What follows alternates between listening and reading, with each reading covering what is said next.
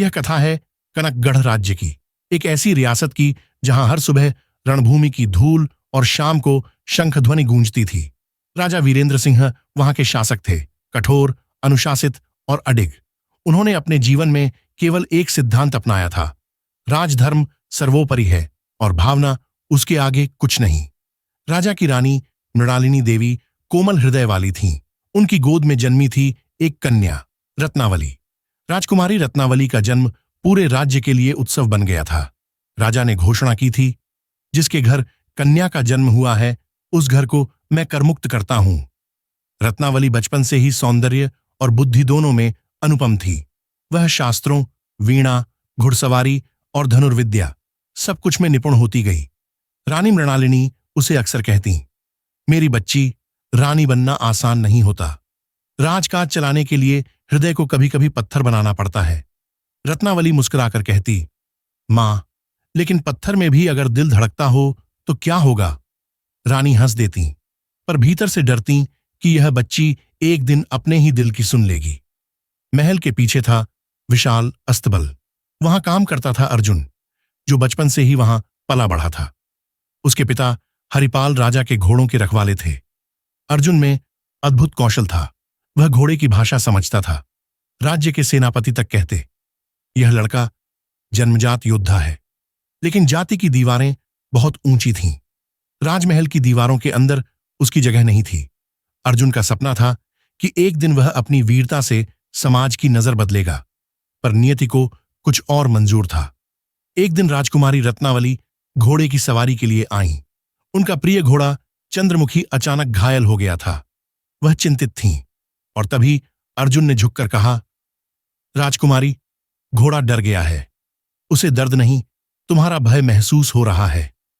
रत्नावली चौंकी। तुम्हें कैसे पता? अर्जुन बोला, जानवरों को शब्द नहीं चाहिए, वे मन की भाषा समझते हैं।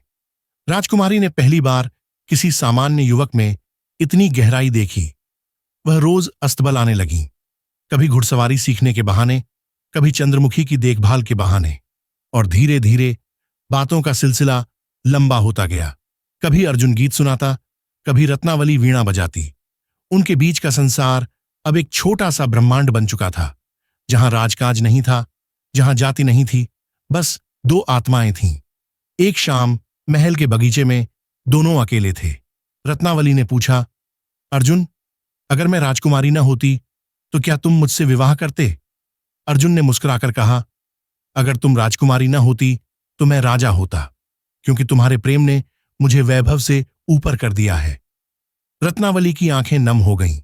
उसने कहा, कभी कभी लगता है इस जन्म में हमारा मिलन नहीं लिखा। अर्जुन ने उसका हाथ पकड़कर कहा, तो अगले जन्म की प्रतीक्षा करूंगा। लेकिन प्रेम की खुशबू महल की दीवारों से छुपी नहीं रहती।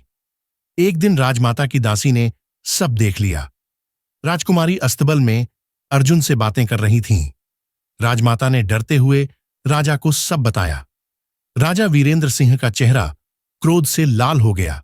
उन्होंने गुस्से में तलवार उठाई।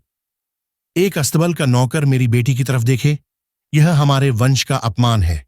उसी रात अर्जुन को महल से बंदी बना लिया गया। राजकुमारी ने पिता से गुहार लगाई, पिताश्री, वह अपराधी नहीं, आपने केवल उसका कुल देखा, उसका हृदय नहीं। राजा बोले, रत्नावली, एक राजकुमारी का कर्तव्य राज्य की मर्यादा है, प्रेम नहीं। रत्नावली चिल्लाई, अगर प्रेम अपराध है तो मैं अपराधिनी हूं।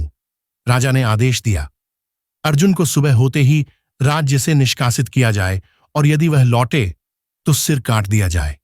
रात के अंधेरे में रत्नावली महल की दीवार फांदकर अर्जुन के पास पहुंची। दोनों ने आखिरी बार एक दूसरे को देखा। रत्नावली ने कहा, अर्जुन, इस जन्म में नहीं, लेकिन अगली बार मैं किसी रानी की बेटी नहीं बनूंगी।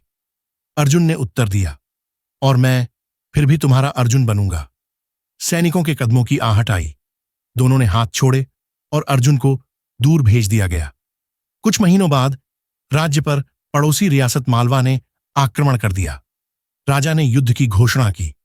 अर्जुन, जो अब एक सैनिक बन चुका था, राजसेना में शामिल हो गया, बिना किसी पहचान के।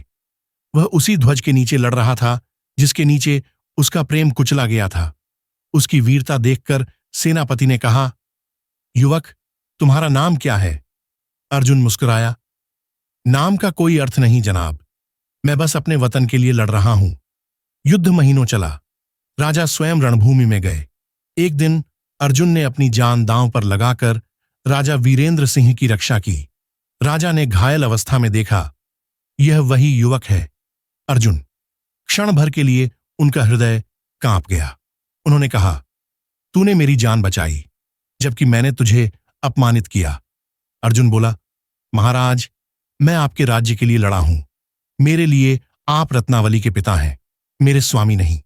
कुछ क्षण बाद अर्जुन दुश्मन के वार से गंभीर रूप से घायल हुआ।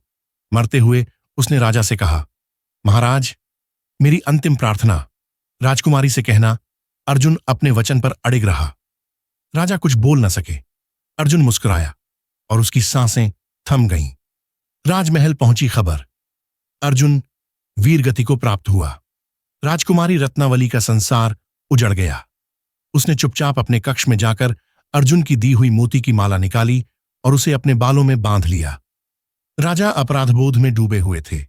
उन्होंने सोचा, मैंने राजधर्म निभाया, लेकिन पिता का धर्म खो दिया। लेकिन नियति ने उन्हें क्षमा नहीं दी।